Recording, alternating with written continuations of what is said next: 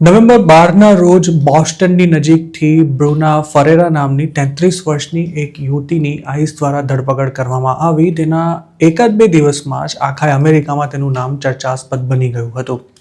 બ્રુનાની માફક યુએસમાં આમ તો રોજના સેંકડો ઇમિગ્રન્ટ્સની આઈસ દ્વારા ધરપકડ થાય છે, પણ પોતાના વ્હાઇટ હાઉસ કનેક્શનને કારણે બ્રુનાનો ચહેરો મીડિયામાં જાણીતો બની ગયો હતો.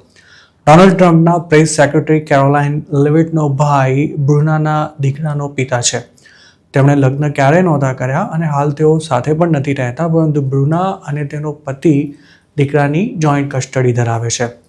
1998થી યુએસમાં રહેતી બ્રુના માત્ર 6 વર્ષની વયે ટુરિસ્ટ વિઝા પર બ્રાઝિલથી અમેરિકા આવી હતી અને તેને DACA પ્રોગ્રામ હેઠળ ડિપોર્ટેશન સામે પ્રોટેક્શન પણ મળેલું છે, પણ તેમ છતાંય તેને ક્રિમિનલ ગણાવી તેની ધરપકડ કરવામાં આવી હતી. નવેમ્બર 12ના રોજ થયેલી ધરપકડ બાદ પોતાની સાથે શું થયું તેના વિશે બ્રુનાએ કરેલા ખુલાસા કોઈને પણ ચોંકાવે તેવા છે. બ્રુના તે દિવસે પોતાના 11 વર્ષના દીકરાને સ્કૂલેથી લેવા માટે નીકળી હતી અને તેની સેકન્ડોમાં જ એક કાર તેની સામેની સાઈડ આવી હતી. બ્રુના તે કારને સાઈડ આપવા ગઈ તે જ વખતે તેને પોતાના રિયર વ્યૂ મિરરમાં કેટલીક બીજી કાર્સ દેખાઈ હતી અને તેને આગળ પાછળથી ઘેરી લીધા બાદ માસ્ક પહેરીને આવેલા કેટલાક એજન્ટ્સે બહાર આવી બ્રુના પાસેથી તેનું ID માંગ્યું હતું. બ્રુનાને પકડવા માટે લાયસન્સ પ્લેટ વિનાની કુલ 5 કાર્સ આવી હતી. બ્રુનાને એવો કોઈ આઈડિયા જ નહોતો કે આઈસના એજન્ટ્સ દ્વારા પોતાને ઘેરી લેવાય છે. તેઓ માની રહી હતી કે કોઈ રૂટીન ટ્રાફિક સ્ટોપ દરમિયાન તેને અટકાવાય છે, પણ તે પોતાનું ID બતાવે તે પહેલાં જ એક એજન્ટે "તું બ્રુના છે?" તેઓ સવાલ કરતા જ તે એલર્ટ થઈ ગઈ હતી. મામલો ગડબડ લાગતા તેણે ID બતાવવાને બદલે પોતાને રોકનારા લોકો કોણ છે અને તેમની પાસે કોઈ વોરંટ છે કે નહીં તે પૂછ્યું હતું. આખરે થોડી માથાકૂટ બાદ બ્રુનાને લોકલ પોલીસ સ્ટેશનમાં લઈ જવાઈ હતી, જ્યાં તેની આઈડેન્ટિટી કન્ફર્મ કર્યા બાદ તેને અરેસ્ટ કરવાની કાર્યવાહી શરૂ કરાઈ હતી. દીકરો સ્કૂલે હોવાથી બ્રુનાને તેની ચિંતા થઈ રહી હતી. તે દિવસે તેણે પોતાના રિલેટિવ્સને ઇમરજન્સી કોલ કરી તેણે દીકરાને સ્કૂલેથી ઘરે લાવવાની વ્યવસ્થા કરી લીધી હતી. જોકે પોલીસ સ્ટેશનમાં પણ તેને કોઈ પ્રકારનું અરેસ્ટ વોરંટ નહોતું બતાવાયું અને ત્યાંથી જ તેને જેલમાં લઈ જવાઈ હતી. બ્રુનાની ધરપકડ થઈ તેના દિવસો સુધી તેની ફેમિલીમાંથી કોઈ જાણતું જ નહોતું કે તેને કઈ જેલમાં રાખવામાં આવી છે.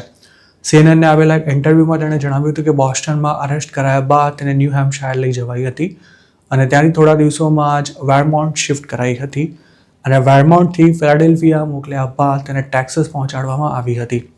મેક્સિકો બોર્ડર પાસેની જેલમાં પહોંચ્યા બાદ તેને એવો ડર હતો કે પોતાને અહીંથી જ ડિપોર્ટ કરી દેવાશે.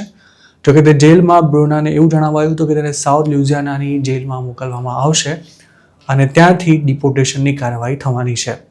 આ વાત સાંભળીને તે જેલમાં આખો દિવસ રડતી રહેતી હતી. આ દરમિયાન તેને એકે વાર પોતાના દીકરા સાથે ફોન પર વાત કરવા નહોતી મળી અને ઘણા દિવસો પછી તે પોતાના ઘરેથી 1500 માઇલ દૂર આવેલી સાઉથ લ્યુઝિયાનાની જેલમાં પહોંચી ત્યારે તેને પહેલીવાર ઘરે ફોન કરવાનો ચાન્સ મળ્યો હતો. તે જેલમાં બ્રુનાને પોતાના જેવી ઘણી મહિલાઓ મળી હતી કે જેમની આઈસ દ્વારા ધરપકડ કરાઈ હતી. તેમાં અમુકને 2-4 બાળકો હતા, કેટલીક મહિલા પ્રેગ્નન્ટ હતી અને ઘણી વર્ષોથી યુએસમાં રહેતી હતી તેમજ રેગ્યુલર ટેક્સ પણ પે કરતી હતી. તે જેલમાં બંધ અમુક મહિલાને તો ત્યાં 6 મહિનાથી પણ વધારે સમય થઈ ગયો હતો અને ત્યારે બ્રુનાને એ વાતનો પણ ડર લાગી રહ્યો હતો કે ક્યાંક પોતાને પણ આ જ મહિલાઓની માફક દિવસોના દિવસો જેલમાં જ ના કાઢવા પડે. જોકે લ્યુઝિયાનાની જેલમાંથી જ તે પોતાના માટે એટર્ની હાયર કરી શકી હતી અને 26 દિવસ જેલમાં વિતાવ્યા બાદ તેને ડિસેમ્બર 8ના રોજ $1500 બોન્ડ પર છોડી દેવાઈ હતી.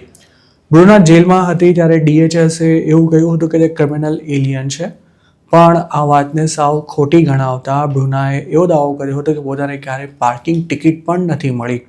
હાલ તેનો ગ્રીન કાર્ડનો કેસ પણ ચાલી રહ્યો છે, જેની ફાઇનલ હિયરિંગ થોડા દિવસોમાં થવાની છે. તેના વિશે એવા પણ દાવા કરાયા હતા કે તે પોતાના દીકરાને નથી રાખતી, પણ આ દાવાને બ્રુનાએ સાવ ખોટો ગણાવતા કહ્યું હતું કે તે દર બુધવારે પોતાના દીકરા સાથે ડેવ એન્ડ બસ્ટર્સમાં જાય છે અને તેની કૂપન્સ પણ હાલ પોતાના ઘરે જ પડેલી છે.